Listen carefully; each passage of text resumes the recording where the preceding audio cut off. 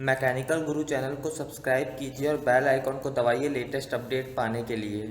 Hello दोस्तों, आज के इस वीडियो में हम एक शेपर के बारे में बात करेंगे, यानी कि एक शेपिंग मशीन के बारे में बात करेंगे। एक शेपिंग मशीन क्या होती है, एक शेपिंग मशीन से आप किस तरह के ऑपरेशन कर सकते हैं, एक शेपिंग मशीन के बेसिक पार्ट्स, मेजर कंपोनेंट्स क्या क्या होते हैं, और एक शेपिंग मशीन, एक शेपर के क्लासिफिकेशन के बारे में भी इस वीडियो में हम बात करेंगे।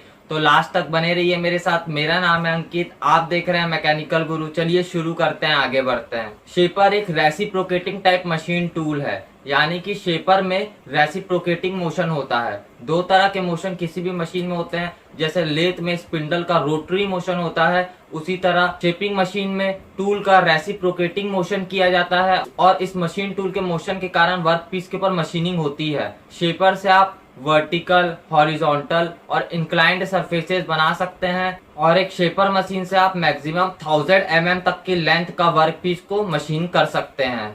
जैसा कि मैंने बताया, शेपर मशीन में कटिंग टूल का सिर्फ रेसिप्रोकेटिंग मोशन होता है, और इस मोशन के थ्रू जब फॉरवर्ड स्ट्रोक होता है उसी में सिर्फ कटिंग ऑपरेशन परफॉर्म होता है। रिवर्स स्ट्रोक में कोई ऑपरेशन नहीं करता है मशीन टूल। एक शेपर मशीन में आप वर्क पीस में भी फीडिंग दे सकते हैं। बहुत सी ऑटोमेटिक शेपर मशीन रहती है जहाँ पे वर्क पीस में फीडिंग दी जाती है, और एक शेपर मशीन में टूल में भी आप फीडिंग प्रोवाइड करा सकते हैं। और जरूरी नहीं है कि एक शेपर मशीन में टूल हमेशा वर्क पीस के 90 डिग्री एंगल में रहे, और भी एंगल में आप टूल को फिट कर सकते हैं और मशीनिंग ऑपरेशन एक शेपर मशीन में कर सकते हैं।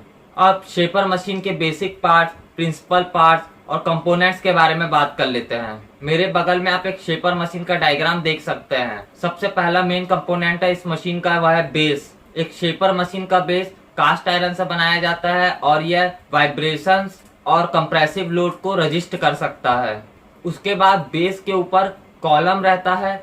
कॉलम एक बॉक्स जैसा स्ट्रक्चर रहता है जो बेस में बोल्ट किया जाता है, और इस शेपर मशीन के कॉलम में ही रैम का मैकेनिज्म फिट रहता है, यानी कि जो quick return mechanism shaper machine में यूज हो रहा है वह इस कॉलम के बॉक्स के अंदर ही फिट रहता है। बता दूं आपको, शेपर मशीन्स और प्लानर मशीन्स में क्विक रिटर्न मैकेनिज्म्स का यूज किया जाता है।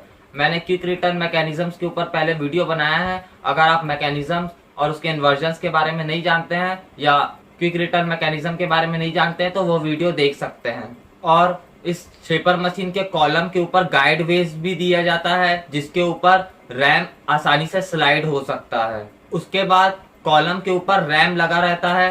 रैम में ही रेसिप्रोकेटिंग मोशन होता है, और यह रैम गाइड वेज के ऊपर रहता है जो कि कॉलम में फिट रहते हैं। रैम में ही टूल स्लाइड लगा रहता है, जिसमें कि टूल पोस्ट और टूल को फंसाया जाता है, और रैम में ही स्ट्रोक लेंथ को एडजस्ट करने का भी मैकेनिज्म रहता है, यानी कि आपकी रैम की स्ट्रोक कितनी होगी, कितना लंबा स्ट्रोक लेगा आपका रैम, वह भी आप एडजस्ट कर सकते हैं। उसके बाद आपको एक शेपर मशीन में क्रॉस रेल देखने को मिलेगी। जो कॉलम मैंने बताया उसमें वर्टिकल गाइड वेज भी लगी रहती है। उन गाइड वेज में इस क्रॉस रेल को फिट किया जाता है, और इस क्रॉस रेल के कारण आप टेबल को कैसे भी एडजस्ट कर सकते हैं, उठा सकते हैं, नीचे कर सकते हैं, अलग अलग तरह की जॉब के ऊपर वर्क कर सकते हैं, क्योंकि इस क्रॉस रेल के साथ एक एलिवेटिंग स्क्रू लगा रहता है, और इस क्रॉस रेल को घुमाने से टेबल का मोशन होता है। लास्ट कंपोनेंट है इस शेपर मशीन का टेबल। टेबल कास्ट आयरन से बनाया जाता है, और टेबल में ही वर्क पीस को होल्ड किया जाता है। और जैसे मैंने आपको पहले बताया, टेबल को आप मूव करा सकते हैं ऊपर नीचे दाएं बाएं। उसमें आपको स्क्रू मैकेनिज्म दिया रहता है। कहीं कहीं पे यह काम मैन्युअली होता है, कहीं कहीं पे काम ऑटोमेटिक भी हो जाता है। अब एक शेपर मशीन के स्पेसिफिकेशंस के बारे में बात कर लेते हैं कि मार्केट में किस किस स्पेसिफिकेशन के साथ शेपर मशीन्स अवेलेबल है। एक शेपर मशीन में मैक्सिमम कितना लेंथ है स्ट्रोक का, उस हिसाब से आपको मार्केट में शेपर मशीन्स मिल जाएंगी, यानी कि स्ट्रोक के लेंथ के हिसाब से स्पेसिफाई किया गया है शेपर मशीन्स को। टेबल के साइज के हिसाब से स्पेसिफाई किया गया है, टेबल की लेंथ कितनी चाहिए, विड्थ कितनी चाहिए, हाइट कितनी चाहिए, उस हिसाब से स्पेसिफाई किया गया है शेपर मशीन को। मैक्सिमम आपको कितने स्ट्रोक्स चाहिए शेपर मशीन से, यानी कि कितना एक shaper machine maximum number of strokes आपको देता है, उस हिसाब से भी एक शेपर मशीन को क्लासिफाई किया गया है। और आप इसके अंदर कौन सा क्विक रिटर्न मैकेनिज्म आप चाहते हैं, आप जो सा क्विक रिटर्न मैकेनिज्म अपनी शेपर मशीन में चाहते हैं, वो मैकेनिज्म के साथ भी आपको शेपर मशीन मिल जाएगी। शेपर मशीन से आप बहुत से अलग अलग तरीके के ऑपरेशंस कर सकते हैं। उन ऑपरेशंस के बारे में बता देता हूँ। वर्टिकल सरफेसेस को मशीन करने के लिए, हॉरिजॉन्टल सरफेसेस को मशीन करने के लिए, इंक्लाइंड सरफेसेस को मशीन करने के लिए, कर्व्ड सरफेसेस को मशीन करने के लिए, कोई सरफेस इर्रेगुलर है तो उसे मशीन करने के लिए, और कीज और स्लॉट वेज को मशीन करने के लिए भी शेपर मशीन का यूज किया जाता है। और शेपर मशीन्स को कई तरीके से क्लासिफाई भी किया गया है। क्लासिफिकेशन के बारे में भी बात कर लेते हैं हम शेपर मशीन के। रैम को रेसिप्रोकेटिंग मोशन देने के लिए किस तरह का मैकेनिज्म यूज किया गया है, उस हिसाब से सबसे पहले शेपर मशीन को क्लासिफाई किया गया है। इस कैटेगरी में crank type shaper machine, gear type shaper machine और हाइड्रोलिक शेपर मशीन्स आती हैं।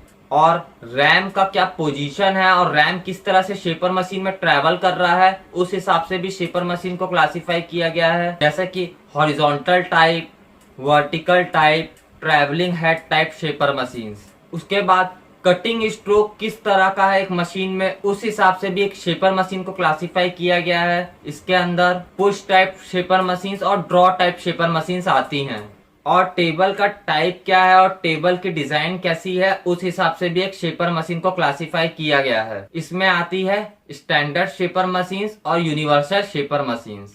तो दोस्तों, आज हम लोगों ने शेपर मशीन्स के बारे में बेसिक्स बात की, शेपर मशीन के कंपोनेंट्स के बारे में बात की, ऑपरेशंस के बारे में बात की, और इस शेपर मशीन के क्लासिफिकेशन और स्पेसिफिकेशन के बारे में भी मैंने आपको बताया। अगर आपने कभी कोई शेपर मशीन देखी है तो मुझे बताइए कि आपने कौन से टाइप की शेपर मशीन को देखा था, या आपके कॉलेज में कौन सा शेपर मशीन है, कमेंट में मेरे को जरूर बताइए। मुझे उम्मीद है कि आपको ये वीडियो पसंद आया होगा। अगर पसंद आया तो जरूर मेरे चैनल को लाइक, शेयर और सब्सक्राइब करना। और अगर आपके पास कुछ क्वेरीज है तो नीचे कमेंट्स में जरूर पूछना, क्योंकि मैं आपके लिए रोज ऐसी अच्छी अच्छी वीडियोस लेके आता रहता हूँ। जय हिंद।